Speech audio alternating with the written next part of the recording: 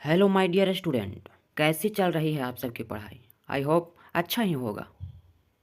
Friends, आज हम करील के कुंजन ऊपर बारो, ये जो प्रेम से भरा हुआ लबालब प्रेम से भरा हुआ जो पद है, इसको हम पढ़ेंगे और एक एक शब्द का रसपान करेंगे। तो चलिए शुरू करते हैं। पहला पंक्ति में रसखान जी महाराज क्या कहते हैं? या लकुटी अरुक कमरिया पर राज तिहूँ पुर की तजी डारों। क्या कहते हैं?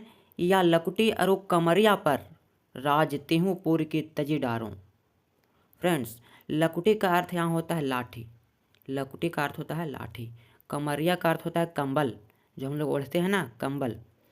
राज मतलब साम्राज्य, तिहूँ मतलब तीनों, पुर मतलब लोक, तजी मतलब त्याग देना। तो इस पहली पंक्ति के माध्यम से रसखान जी महाराज यह कहना चाहते हैं कि श्री कृष्ण की लाठी और कंबल के बदले अगर मुझे तीनों लोकों का राज भी मिले, क्या? कृष्ण के लाठी और कंबल के बदले अगर मुझे तीनों लोकों का राज भी मिल जाए, तीनों लोकों का साम्राज्य भी मिल जाए, तो मैं उसे सहर्ष त्याग दूंगा। ऐसा कौन कह रहे हैं? रसखान जी महाराज कह रहे हैं। कह रहे हैं लकुटी और कमरिया पर। कमरिया मतलब कंबल, लकुटी मतलब लाठी। मतलब श्री कृष्ण का जो लाठी है और श्री कृष्ण का जो कंबल है, उस पर क्या? राज तेहूँपुर की तजी डारूं, तीनों लोकों का राज्य त्याग दूं। ऐसा कौन कह रहे हैं? रसखान जी कह रहे हैं। तो पहला पंक्ति से रसखान जी यही कहना चाहते हैं कि अगर मुझे मतलब रसखान जी को, कि अगर रसखान जी को एक तरफ श्री कृष्ण का लाठी और कंबल मिले और एक तरफ तीनों लोगों का राज्य मिले, तो इन दोनों के सामने जो रसखान जी महाराज हैं वो क्या चुनेंगे? श्री कृष्ण के लाठी और कंबल चुनेंगे। आशा है आप समझ गए होंगे। आगे क्या कहते हैं? आठों सिद्धि नवनिधि को सुख, नंद की गाय चराई बिसारा। क्या? आठों सिद्धि नवनिधि को सुख, नंद की गाय चराई बिसारा। रसखान जी कहते हैं कि अगर मुझे आठों सिद्धि और नौ निधियाँ हम मिल जाए। फ्रेंड्स, हमारे सनातन धर्म में 8 सिद्धि और 9 निधि का वर्णन किया गया है, जो बहुत ही शक्तिशाली ऊर्जा है। अगर किसी जनसाधारण को 8 सिद्धि और 9 निधि मिल जाए तो वो स्वयं देवता के समान शक्तिशाली बन जाता है, कुछ भी कर सकता है। वो आसमान में उड़ सकता है, जल पर चल सकता है, बड़े बड़े पहाड़ में प्रवेश कर सकता है, दूर दूर की बात को क्या कर सकता है? सुन सकता है, किसी के मन के बातों को जान सकता है। मतलब बहुत सारी शक्तियाँ मिल जाती है अगर किसी व्यक्ति को 8 सिद्धि और 9 निधि मिल जाए, जो अभी किनके पास है? हनुमान जी महाराज जी के भी पास है। हनुमान चालीसा में कहते हैं ना, अष्ट सिद्धि नवनिधि के दाता, असबर दीन जान की माता। मतलब बहुत ही महान शक्ति यहाँ 8 सिद्धि और 9 निधि। तो रसखान जी यही कह रहे हैं कि अगर मुझे 8 सिद्धि और 9 निधि भी मिल जाए, 8 सिद्धि और 9 निधि का सुख भी अगर मुझे प्राप्त हो, तो मैं इस सुख को भी क्या कर दूंगा? बिसार दूंगा, त्याग दूंगा। किसके सामने? अगर मुझे नंद राय जी का गाय को चराने का मौका मिले। नंद जी यहाँ कौन है? श्री कृष्ण के पिताजी है। तो रसखान जी इस पंक्ति में यही कह रहे हैं कि अगर मुझे 8 सिद्धि और 9 निधि की शक्ति भी मुझे प्राप्त हो जाए तो उसे मैं क्या करूँगा? त्याग दूंगा। क्योंकि जो नंद जी के गाय को चराने में सुख है, वो सुख वो 8 सिद्धियाँ और 9 निधियाँ में नहीं है। तो रसखान जी नंद जी के गाय चराने के सुख के सामने 8 सिद्धियाँ और 9 निधियों को सुखों का परित्याग करना उचित समझा है। क्योंकि उन्हें जो सुख नंद राय जी के गाय चराने में मिलेगा, वो उनको 8 सिद्धियाँ और 9 निधियों में नहीं मिलेगा। आगे क्या कहते हैं? रसखानी कबो इन आँखिन सो, ब्रज के बनबाग तड़ाग निहारों। क्या? रसखानी कबो इन आँखिन सो, ब्रज के बनबाग तड़ाग निहारों। मतलब रसखान जी यहाँ कहते हैं कबों मतलब कभी भी जो अवसर मिल जाए। आँखिन मतलब आँख से, ब्रज मतलब ब्रजभूमि, बनबाग मतलब वन, बाग बगीचा, तड़ाग मतलब तालाब, निहारों मतलब देखना, बहुत गौर से देखना। रसखान जी इस पंक्ति के माध्यम से कहते हैं कि कब मुझे ब्रज भूमि के वन बाग मतलब बाग बगीचा और तड़ाग मतलब तालाब को देखने का मुझे अवसर प्राप्त होगा। कहते हैं रसखाने कबो इन आँखिन सो, मतलब कब मैं अपने इन आँखों से ब्रज के बनबाग तड़ाग को निहारूंगा। बनबाग मतलब बाग बगीचा, तड़ाग मतलब तालाब, निहारो मतलब देखना, मतलब कब ये सौभाग्य कब आएगा मेरे पास कि मैं अपने इन दोनों आँखों से ब्रजभूमि के वन बाग बगीचा तालाबों को, वहाँ के लताओं को, वृक्षों को क्या कर सकूं, निहार सकूं, बहुत गौर से एक एक चीज़ों को देख सकूं। अगली पंक्ति में क्या कहते हैं, कौटिक रौ कल धौत के धाम करेल के कुंजन ऊपर बारों।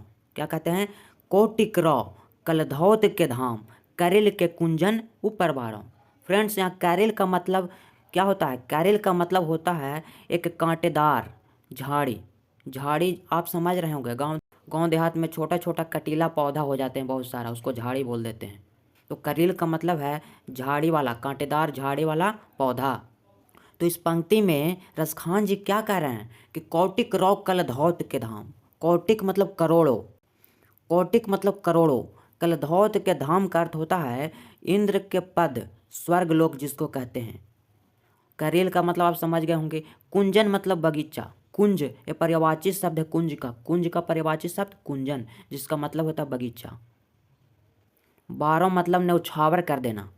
तो इस पंक्ति में कहते हैं कौटिक रौ कल धौत के धाम करेल के कुंजन ऊपर बारों, मतलब करेल के कुंजन के ऊपर, मतलब कांटेदार जो झाड़ियाँ हैं, तो कांटेदार जो झाड़ियाँ हैं ब्रजभूमि में, क्या कांटेदार जो झाड़ियाँ हैं करेल के कुंजन हैं, मैंने कांटेदार जो झाड़ियाँ हैं उसका बगीचा जो है, उस बगीचा पर क्या न्यौछावर कर दें, कौटिक रौ कल धौत के धाम, मतलब करोड़ों इंद्र के पदों को मैं सहर्ष त्याग दूंगा। किसके सामने, करेल के कुंजन के ऊपर, मतलब कांटेदार झाड़ियाँ भी अगर मुझे प्राप्त हो जाए ब्रजभूमि में, तो मैं इसके सामने करोड़ों स्वर्ग लोकों को, इंद्र के पदों को मैं ठोकर मार दूंगा। मतलब इस पंक्ति में अगर रसखान जी को ब्रज में एक तरफ करेल के कुंजन मिले और दूसरे तरफ करोड़ों स्वर्ग, करोड़ों इंद्र का पद मिले, तो इन दोनों के सामने रसखान जी किसको चुनेंगे, ब्रज में जो करेल के कुंजन है, कांटेदार झाड़ियाँ का जो बगीचा है, उसको चुनेंगे रसखान जी महाराज। आप लोग भी सोच रहे होंगे कि रसखान जी महाराज एकदम पागल हो गए हैं, एकदम पगला गए हैं। ये सब छोटी छोटी वस्तुओं के लिए ये बड़े बड़े तीनों लोकों का राज, आठों सिद्धियाँ, नौ निधियाँ और कौटिक रौ कल धौत के दाम, करोड़ों इंद्र के पदों को क्या कर दे रहे हैं, त्याग दे रहे हैं। एकदम पागल हो गए हैं रसखान जी महाराज। कोई भला ऐसा करता है? तो मैं कहता हूँ कि हाँ, आप सही सोच रहे हैं। रसखान जी महाराज है ना, सच में पागल हो गए हैं, पर श्री कृष्ण के प्रेम में पागल हो गए हैं। किसके प्रेम में? श्री कृष्ण के प्रेम में पागल हो गए हैं।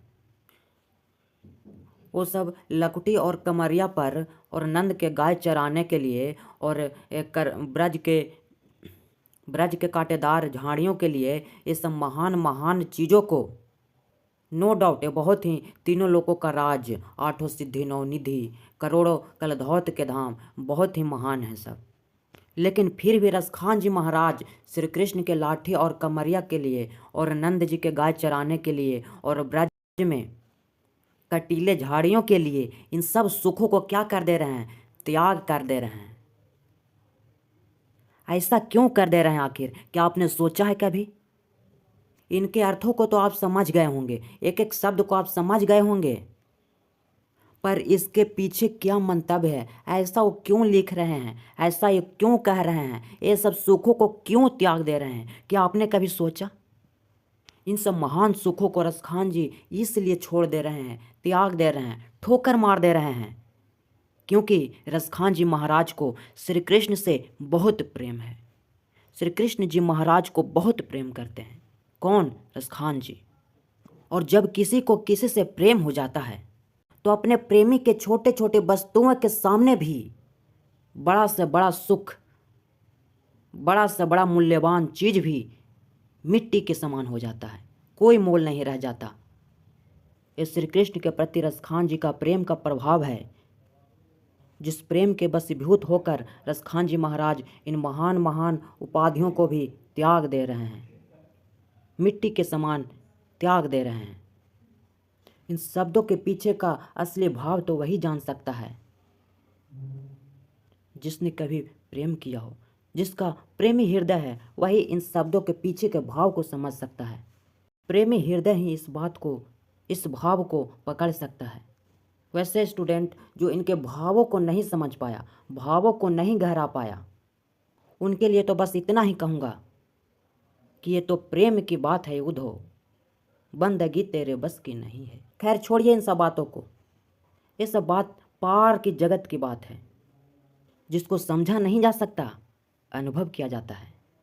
और अनुभव वही कर सकता है जिसका हृदय प्रेम से भरा है। तो फ्रेंड्स, आई होप आप इस पद को, करील के कुंजन ऊपर बारों, इस पद को बहुत ही गहराई से क्या क्या होगा समझ गए होंगे। एक एक शब्द के रस को आपने निचोड़ निचोड़ के पी लिया होगा। तो ठीक है मेरे दोस्तों, मिलते हैं अगले वीडियो में इसके प्रश्न उत्तर के साथ।